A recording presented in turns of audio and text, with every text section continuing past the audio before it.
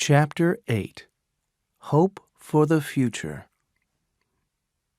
Arthur Dimmesdale stared at Hester, with hope, joy, and fear in his face.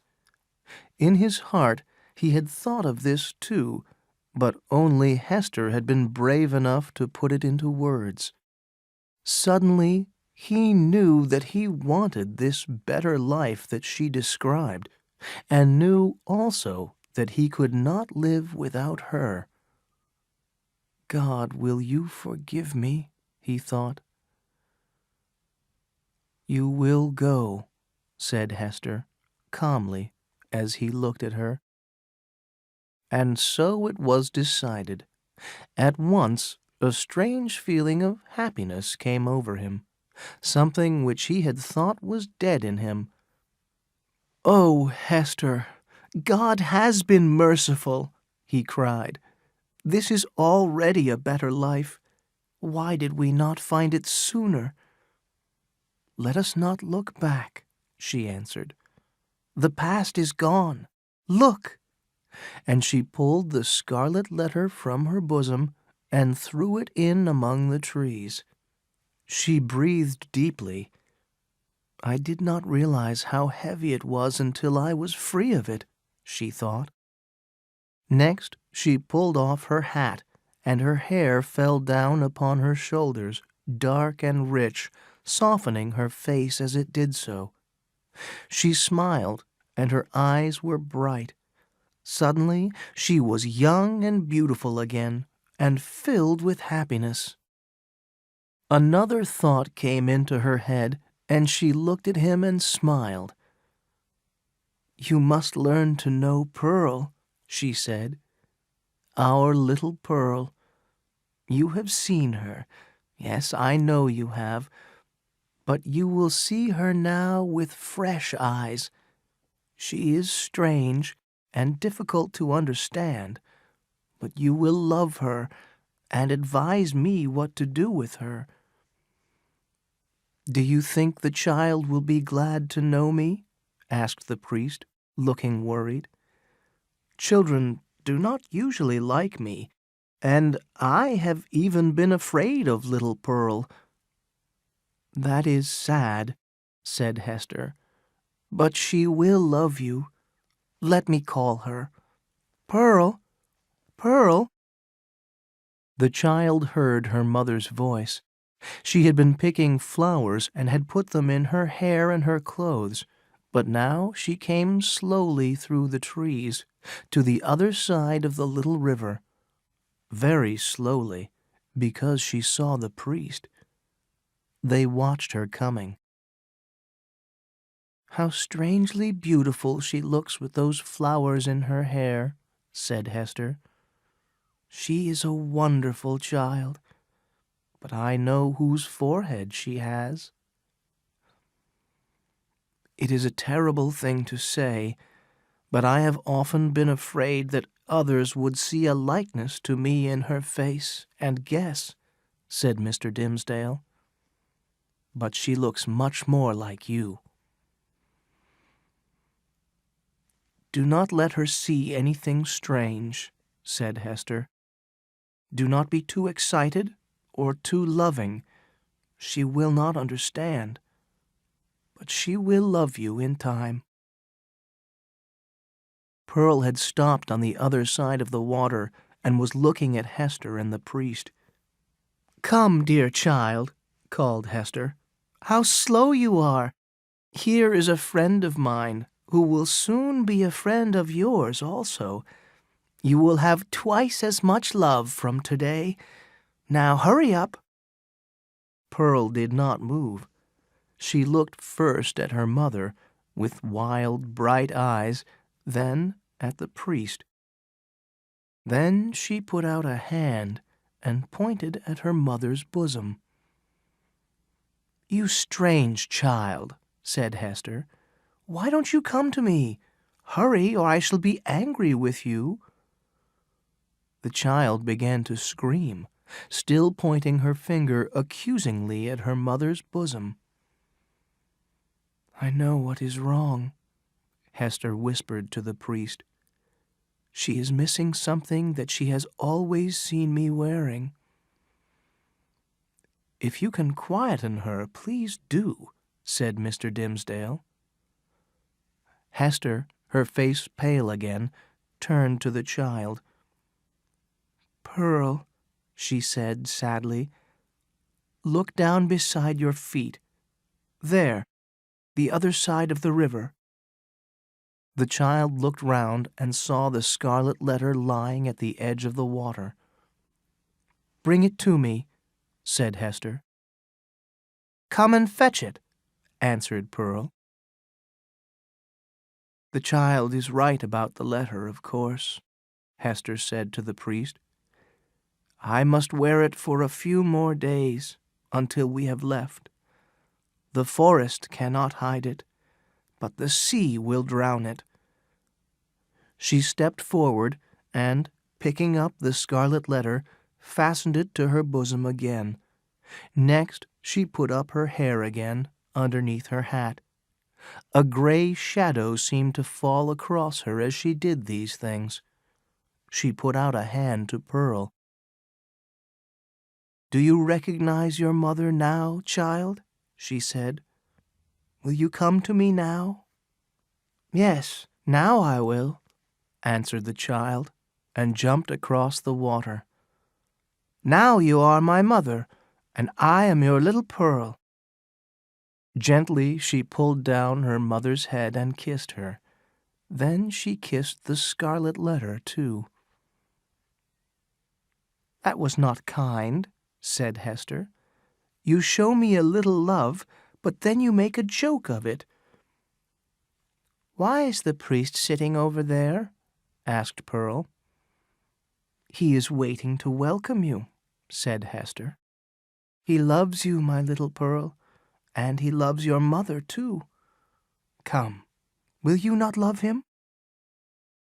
Does he love us? Said Pearl, looking closely at her mother's face. Will he go back with us, hand in hand, the three of us together, into the town? Not now, dear child, said Hester. But soon he will walk hand in hand with us. We will have a home of our own, and you will sit on his knee, and he will teach you many things, and love you dearly. You will love him, won't you? And will he always keep his hand over his heart? Asked Pearl. Silly child, what kind of question is that? Said Hester. Come and be nice to him. But Pearl made an ugly face and tried to pull away from her mother. And when Mr. Dimmesdale kissed her gently on the forehead, she ran down to the river and washed her face again and again until the unwelcome kiss was washed away. Then she watched silently as her mother and the priest talked quietly, making arrangements for their new life together. The plan was soon made. It was decided between them that the old world, with its crowds and cities, would offer them a better chance of living quietly and privately. And luckily, Hester knew of a ship which had recently arrived from Spain and would soon leave again to sail to Bristol in England. I know the captain, she said, and I can secretly arrange for you, me, and little Pearl to sail with him to England. When does the ship leave? Asked Mr. Dimmesdale. Probably 4 days from today, replied Hester. As he hurried back to the town, leaving Hester and Pearl to return to their cottage, Mr. Dimmesdale thought about the plan. 4 days' time is just right. 3 days from today I have to give my election sermon, and it will be a most suitable way to end my time here as a priest. At least they will not be able to say that I left without doing my job until the very end. He became more and more excited as he made his way back into the town. In this new, happier mood, Everything looked and seemed different, even the people he met or passed in the street. He wanted to say to them, "I am not the man you think I am. I left him behind in the forest." Then he passed Mistress Hibbins, the governor's sister, who, unusually, stopped to speak to him. "So, Mr. Dimmesdale," she said, "you have been walking in the forest.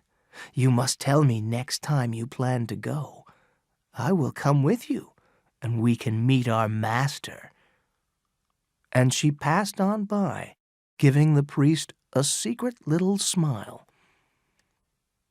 "Why does she talk to me like this?" he thought nervously. "Does she see the black mark of the devil in my soul?" He was glad to reach his house, and hurried upstairs to his study. Here were his books, the window, the fireplace. Here he had written and studied and prayed. There on the table, with his pen beside it, was the half-finished election sermon, which he had left behind 2 days ago. Now he saw all these things differently, through the eyes of another man, a wiser man, who had returned out of the forest. At that moment there was a knock at his door. "Come in," cried Mr. Dimmesdale, wondering if a devil would enter. Then old Roger Chillingworth came in, and the priest stood, unable to speak, with his hand over his heart. "Welcome home, sir," said the doctor, smiling. "How was your journey through the forest? You look pale. I think you will need my help if you are going to be able to give your election sermon in a day or two. Don't you think so?" "No, not at all," replied Mr. Dimmesdale. "The long walk in the fresh air has been good for me, after spending so much time in my study. Thank you, but I do not think I need any more of your medicine, my kind doctor." Did Roger Chillingworth know, the priest wondered, that he had met and talked with Hester Prynne? Did he know that in the priest's eyes he was now a hated enemy? Perhaps the friendly words from the doctor to his patient now had double meanings. "But, my dear sir, we must do whatever we can to make you strong and well," said Chillingworth. "The people expect great things from you, and are afraid that in another year you may be gone." "Yes, gone to another world," replied the priest, sadly.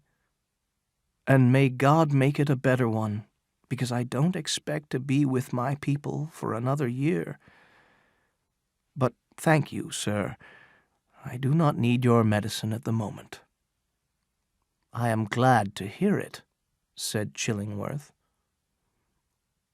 "I thank you from my heart, most watchful friend," said the priest. "I can only repay your kindness with my prayers." "A good man's prayers are like gold," answered Roger Chillingworth, as he went out of the room.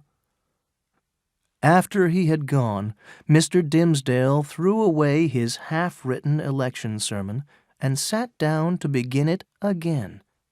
All through that night he wrote, and the words seemed to come from God.